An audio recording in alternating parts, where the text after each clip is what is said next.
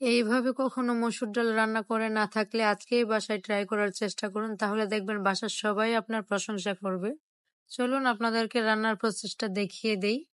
প্রথমেই আমি মসুর ডাল ভালো করে ধুয়ে তারপর দিয়ে দিলাম একটা চিকন করে কুচি করে পেঁয়াজ, দিলাম কাঁচামরিচ 2টা মাঝখান দিয়ে ভেঙে, টমেটো দিয়ে দিলাম 1.5টার মতো, তারপর 4 থেকে 5টার মতো রসুনের কোয়া দিয়ে দিলাম থেতিয়ে।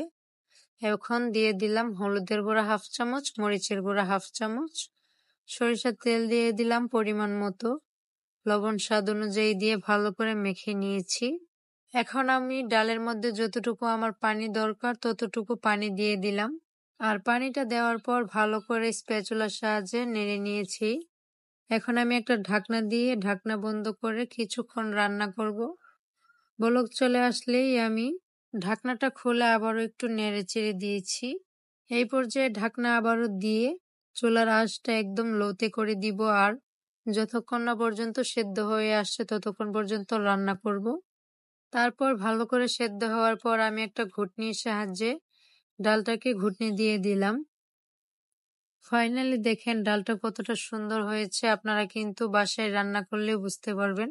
ডালের মধ্যে যে যে উপকরণগুলো দিলাম সবগুলোই দেওয়ার চেষ্টা করবেন, তাহলে দেখবেন ডালটা একেবারে আমার মতো পারফেক্ট মজা হবে।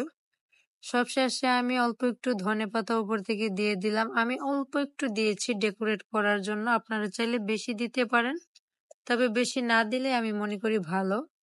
সবসময় ধনেপাতা বেশি দিলে কিন্তু আবার ভালোও লাগে না। তো এই ডাল রান্নাটা কিন্তু এইভাবে করলেই বেশি টেস্ট হয়। আর আমার আজকের রেসিপি কেমন লেগেছে অবশ্যই কমেন্টে জানাতে ভুলবেন না। সবাই ভালো থাকবেন। আল্লাহ হাফিজ।